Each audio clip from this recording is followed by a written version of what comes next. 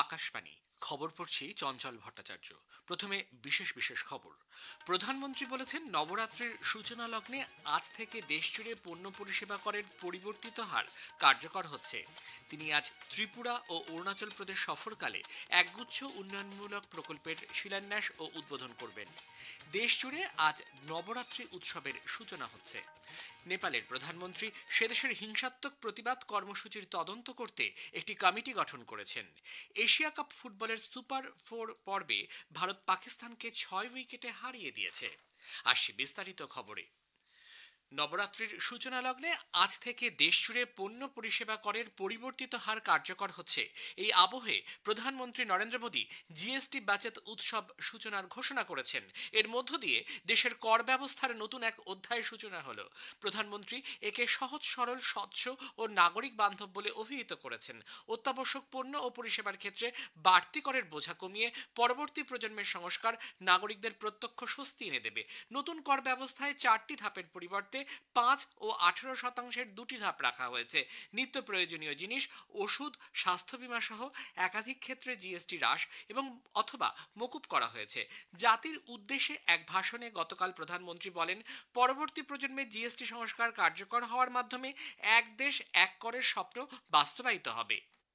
One nation one tax का सपना साकार। साथियों, रिफॉर्म एक अनवरत चलने वाली प्रक्रिया होती है।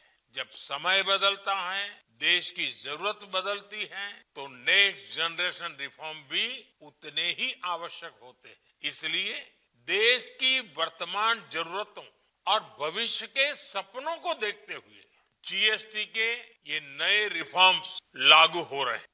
প্রধানমন্ত্রী জানান, এখন থেকে মানুষ অনেক কম দামে তাদের পছন্দের জিনিসপত্র কিনতে পারবেন। কর কাঠামোর সংস্কারের ফলে দেশের আর্থিক বৃদ্ধি ত্বরান্বিত হবে। উপকৃত হবেন যুব সম্প্রদায়, মধ্যবিত্ত, কৃষক, মহিলা, ব্যবসায়ী, দোকানি এবং শিল্পোদ্যোগীরা। দেশের উন্নয়নে প্রত্যেক রাজ্যকে সমানভাবে অংশ নিতে হবে। পরবর্তী প্রজন্মের জিএসটি সংস্কার, সঞ্চয়, উৎসব এবং নবরাত্রি উপলক্ষে দেশবাসীকে শুভেচ্ছা জানিয়ে শ্রী মোদী বলেন, আত্মনির্ভর ভারত গঠনের পথে দেশবাসী আরও এক ধাপ এগিয়ে গেল। দেশের নাগরিকরা এতদিন জটিল কর ব্যবস্থার সমস্যার সম্মুখীন হচ্ছিলেন, তার সরকার সমগ্র কর ব্যবস্থার সরলীকরণ করেছে। 2014 সালে ক্ষমতায় আসার পর সংশ্লিষ্ট সকলের সঙ্গে আলোচনার ভিত্তিতে জিএসটি শুরু করা হয়। কেন্দ্র ও রাজ্য সরকারের প্রচেষ্টায় বাতিল করা হয় একাধিক কর। প্রধানমন্ত্রী বলেন, গত 11 বছরে 25 কোটি মানুষ দারিদ্র্যসীমা থেকে বেরিয়ে এসেছেন। এবছর সরকার আয়কর ছাড়ের কথাও ঘোষণা করেছে। এর ফলে মধ্যবিত্তরা বিশেষভাবে উপকৃত হবেন। पिछले 11 साल में देश में 25 करोड़ लोगों ने गरीबी को हराया है और गरीबी से बाहर निकल करके 25 करोड़ का एक बहुत बड़ा समूह नियो मिडिल क्लास के रूप में आज देश के अंदर बहुत बड़ी भूमिका अदा कर रहा है। इस नियो मिडिल क्लास की अपनी एस्पिरेशंस हैं, अपने सपने हैं और स्वाभाविक है जब 12 लाख रुपयों का इनकम टैक्स में राहत हो जाए तो मध्यम वर्ग के जीवन में तो कितना बड़ा बदलाव आता है। দেশ জুড়ে জিএসটির হার কমানোর ফলে উৎসবের মরশুমে বিভিন্ন পণ্য সামগ্রী আরও ব্যয় সাশ্রয়ী মূল্যে নাগরিকদের কাছে পৌঁছাবে। একটি প্রতিবেদন। দেবীপক্ষ এবং নবরাত্রির শুরুতেই সারা দেশ জুড়ে শুরু হয়েছে জিএসটি সাশ্রয় উৎসব। আজ থেকেই পরিবর্তিত হারে পণ্য পরিষেবা কর চালু হয়ে গেল।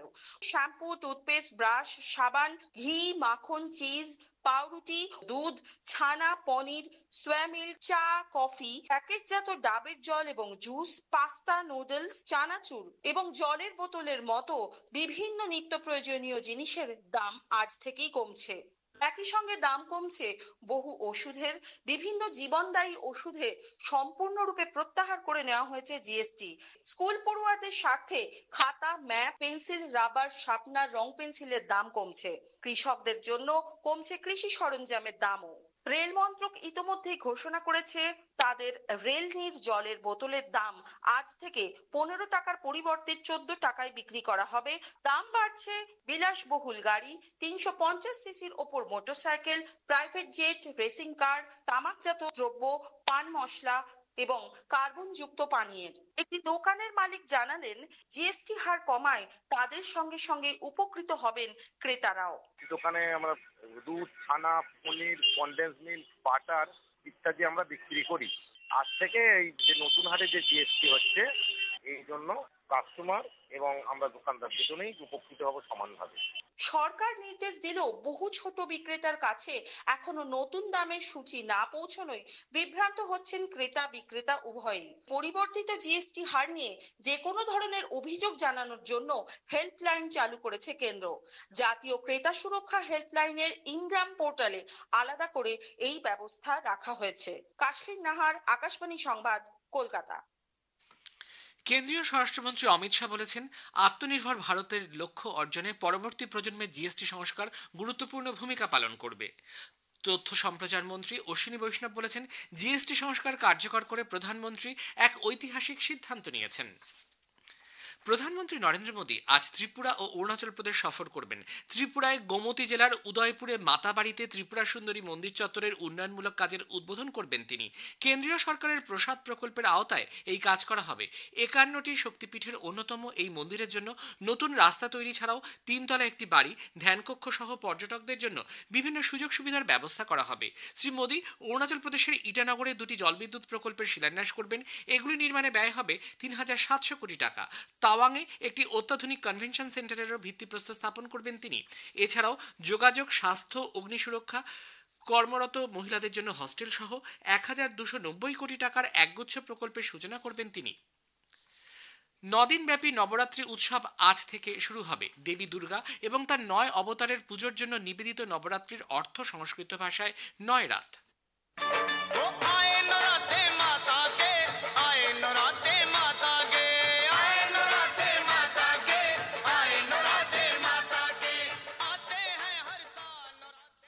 হিন্দুরা সারা বছর ধরে 4টি নবরাত্রি পালন করেন, তবে শারদীয় নবরাত্রি এবং চৈত্র নবরাত্রি দেশ জুড়ে উদযাপিত হয়।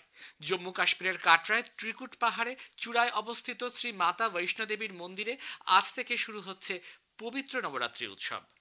প্রধানমন্ত্রী নরেন্দ্র মোদী আগামী 28শে সেপ্টেম্বর আকাশবাণীতে মন কি বাত অনুষ্ঠানে তাঁর চিন্তাভাবনা দেশ বিদেশের মানুষের সঙ্গে ভাগ করে নেবেন। এটি হবে মন কি বাতের 126তম পর্ব। বেলা 11টা থেকে আকাশবাণী এবং দূরদর্শনের সবকটি প্রচার তরঙ্গে এবং Akashvani news on AIR website, mobile app, প্রধানমন্ত্রীর দফতর, তথ্য সম্প্রচার মন্ত্রকের ওয়েবসাইট ও ইউটিউব চ্যানেলে অনুষ্ঠানটি সম্প্রচারিত হবে। এ খবর প্রচারিত হচ্ছে আকাশবাণী থেকে। আমাদের সংবাদ শোনা যাবে ইউটিউব চ্যানেল আকাশবাণী সংবাদ বাংলা, ফেসবুক ও ইনস্টাগ্রাম আকাশবাণী সংবাদ কলকাতা এবং এক্স হ্যান্ডেল এআইআর নিউজ কলকাতাতে। নেপালের প্রধানমন্ত্রী সুশীলা কার্কির নেতৃত্বে নবগঠিত অন্তর্বর্তী সরকার দেশের হিংসাত্মক প্রতিবাদ কর্মসূচির তদন্ত করতে 3 সদস্যের এক কমিটি গঠন করেছেন। সুপ্রিম কোর্টের প্রাক্তন বিচারপতির সভাপতিত্বে গঠিত এই তদন্ত কমিটি নেপালের তরুণ প্রজন্মের প্রতিবাদের সময় তৎকালীন কেপি শর্মা ওলি সরকারকে সরানোর জন্য দেশজুড়ে যে হিংসাত্মক কার্যকলাপ চলেছে তা খতিয়ে দেখবে। এই ঘটনায় এখনো পর্যন্ত 72 জনের মৃত্যু হয়েছে। পাকিস্তানি সেনাবাহিনী সূত্রে জানা গেছে, নিরাপত্তা বাহিনীর অভিযানে উত্তর পশ্চিম খাইবার পাখতুনখাওয়া অঞ্চলে নিষিদ্ধ জঙ্গি গোষ্ঠী তেহরিক-ই-তালিবানের 7 জঙ্গি মারা পড়েছে।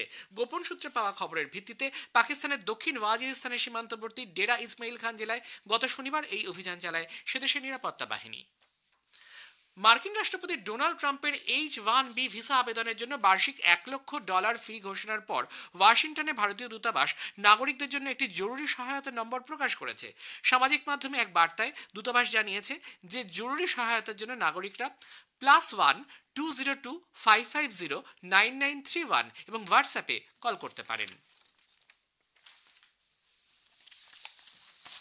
দুবাই আন্তর্জাতিক ক্রিকেট স্টেডিয়ামে গতকাল এশিয়া কাপের সুপার 4 পর্বের ম্যাচে ভারত পাকিস্তানকে 6 উইকেটে হারিয়ে দিয়েছে। ভারত টসে জিতে পাকিস্তানকে ব্যাট করতে পাঠায়। পাকিস্তান 20 ওভারে 5 উইকেটে 171 রান তোলে। 172 রানের লক্ষ্যমাত্রা সামনে রেখে ভারত ব্যাট করতে নেমে 4 উইকেট হারিয়ে 7 বল বাকি থাকতেই লক্ষ্যে পৌঁছে যায়। ভারত আগামী বুধবার সুপার 4 পর্বে পরবর্তী ম্যাচে বাংলাদেশের বিরুদ্ধে খেলবে। শেষে বিশেষ খবর আরও একবার। প্রধানমন্ত্রী বলেছেন, নবরাত্রি সূচনার লগ্নে আজ থেকে দেশ জুড়ে পণ্য পরিষেবা করের পরিবর্তিত হার কার্যকর হচ্ছে। তিনি আজ ত্রিপুরা ও অরুণাচল প্রদেশ সফরকালে একগুচ্ছ উন্নয়নমূলক প্রকল্পের শিলান্যাস ও উদ্বোধন করবেন। খবর শেষ হলো। এরপর খবর শুনবেন 7টা বেজে 25 মিনিটে।